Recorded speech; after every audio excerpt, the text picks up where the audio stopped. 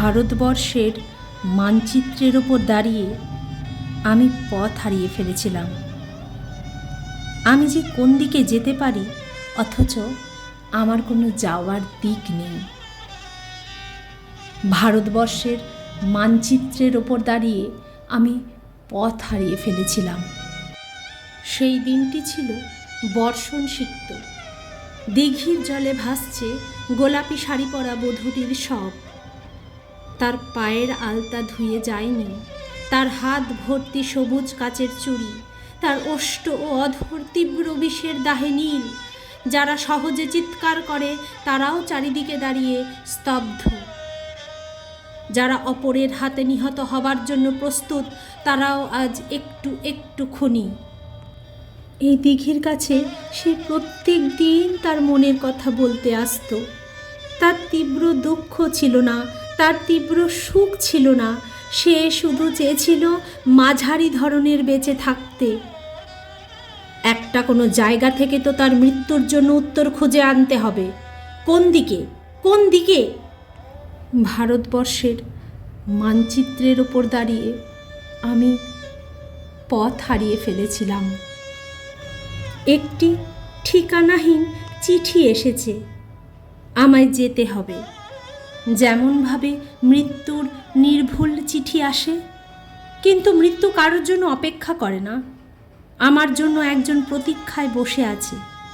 সে কোথায় জানি না। সে কি সমুদ্র কিনারে, কিংবা হিমালয়ের মর্ম ছায়ায়? সে কি বন্যায় ধুয়ে যাওয়া মাটির ওপর নতুন পলিতে দাঁড়িয়ে আছে? সে কি শুকনো জিভ বার করে ক্লান্ত জঙ্গলের মধ্যে একাকী শয়ান? সে কি কোনো বিশাল প্ল্যাটফর্মের পাশের জটলার মধ্যে বসে আছে জানু পেতে? সে আমার ছেলেবেলার হারিয়ে যাওয়া সঙ্গী। সে আমার বড় বড় চোখ, বিস্ময়ের বিমূর্ত ছেলেবেলা। আমি মানচিত্রের গলিঘুজির মধ্যে ছোটাছুটি করি। আমায় যেতে হবে, যেতে হবে। ভারতবর্ষের মানচিত্রের ওপর দাঁড়িয়ে আমি পথ হারিয়ে ফেলেছি। সেই ধান ক্ষেতের জায়গায় এখন ধান ক্ষেত নেই। সেই নদীর ভিতরে নেই নদী। নগর উড়ে গেছে শূন্যে। সেখানে সব ছাদ, খোলা মানুষ, সেই একই মানুষের মধ্যে অন্য মানুষ। রক্ত ছড়ানো গোধূলি, আকাশের নিচে এক অলীক দেশ। একদিন যারা অনুসরণকারী ছিল, আজ তারাই পলাতক।